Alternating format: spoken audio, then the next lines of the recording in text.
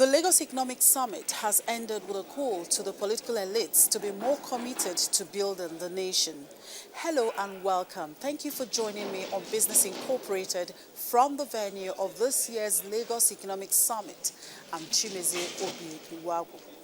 It's a biennial event which provides a platform for the generation of new ideas, business relationships and investments for public and private sector players.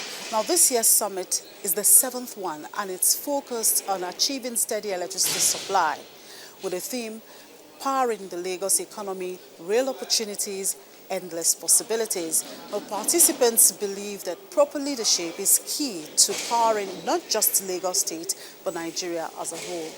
Well, I will be speaking with the Lagos State Commissioner for Finance, Mr. Ayo Belei, on the sustainability of some of these plans by the state government towards achieving steady power supply, particularly in the area of financing.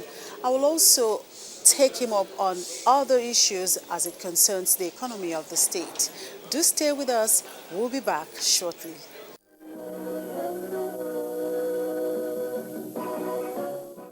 As the economic hub of Nigeria with a fast increase in population, it is said that Lagos State needs about 10,000 megawatts of electricity to meet demand. But according to Governor Babatunde Fashola, it is currently getting 1,000 megawatts from the national grid. Let's have a peep at what happened at the opening session of the summit. Lagos State accounts for about 65% of Nigeria's commercial activities. It also plays host to more than 2,000 industries of various sizes and descriptions. With its growing population of 21 million and counting, there's no doubt that the time has come to tap into the huge opportunities for investments in the power sector, and the Lagos State government is using its 7th Economic Summit, Indebted 2014, to harness the sector's potential.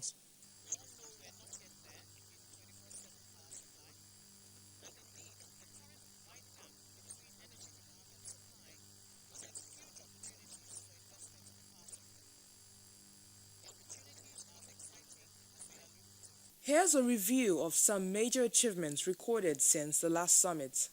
Agriculture has, since 2008, enjoyed a higher percentage of our budget. Indeed, between 2011 and 2013, the allocation to the agri sector grew by 84%. Giving examples of some of its recent successes, Lagos State Governor Babatunde Fashola talks about the impact of the 2 power plants built by the state government. Power plants in Alausa and the one on the island, which were constructed in the aftermath of the last summit, enabled us to employ 259 people. Island Maternity, where incidentally I was born, is one of those facilities that have benefited from the IPPs. 14 schools have been connected. Lion Building Police Formation and Zone 2 Police Formation have also been connected. So we have not only impacted hospitals, we have impacted learning, we have impacted security. Tapping into the success story of Lagos State in many areas of its economy, Southwest neighbor Ogun State is willing to partner with Lagos, especially in the area of agriculture and housing.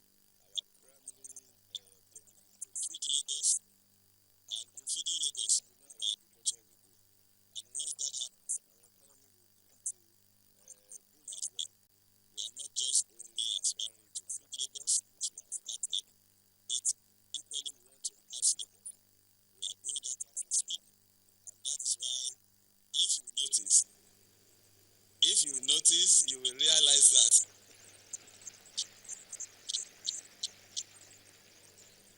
about 60%, and I'm able to say this, of course, it's the middle and the lower cadre of the workers. They live in Ogun State.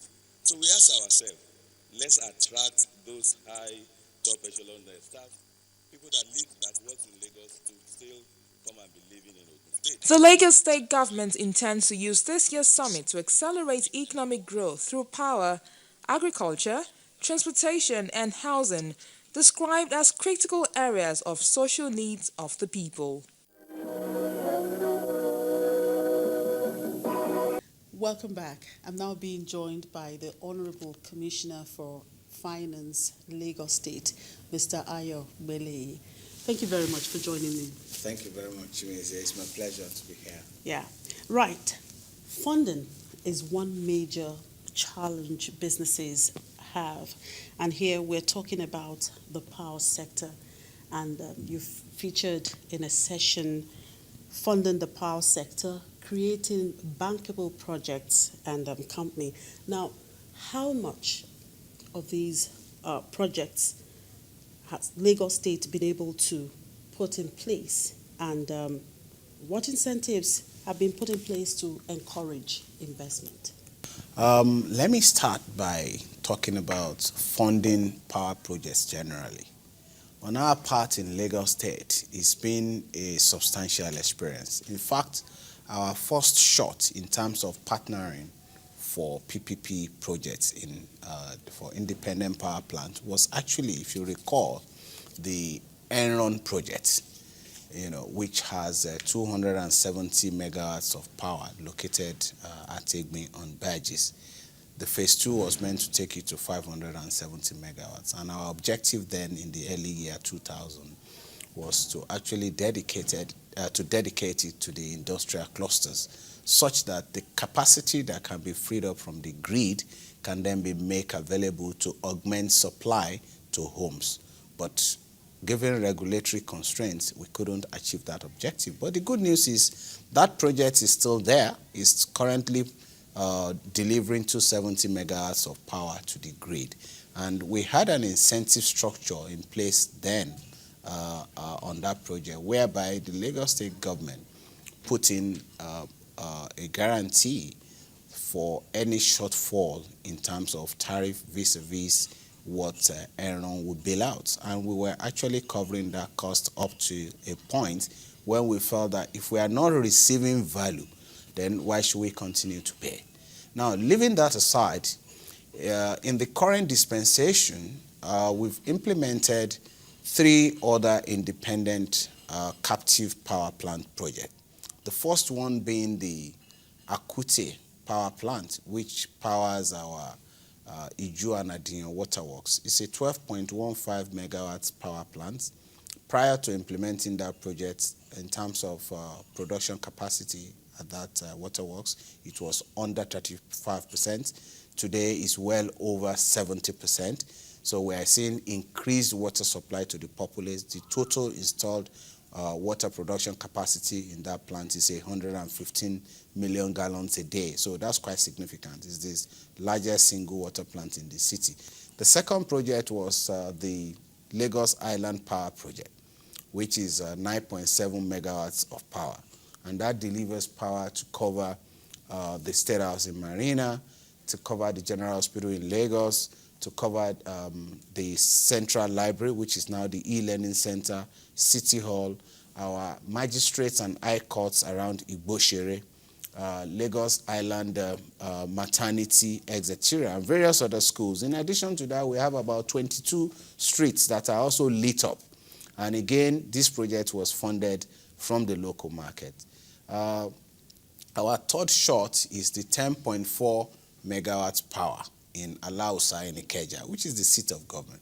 Again, that's first of its kind. It's the only seat of government in Nigeria today that is powered by a dedicated 24/7 uninterrupted power supply. And the whole idea is to improve service delivery to the citizen.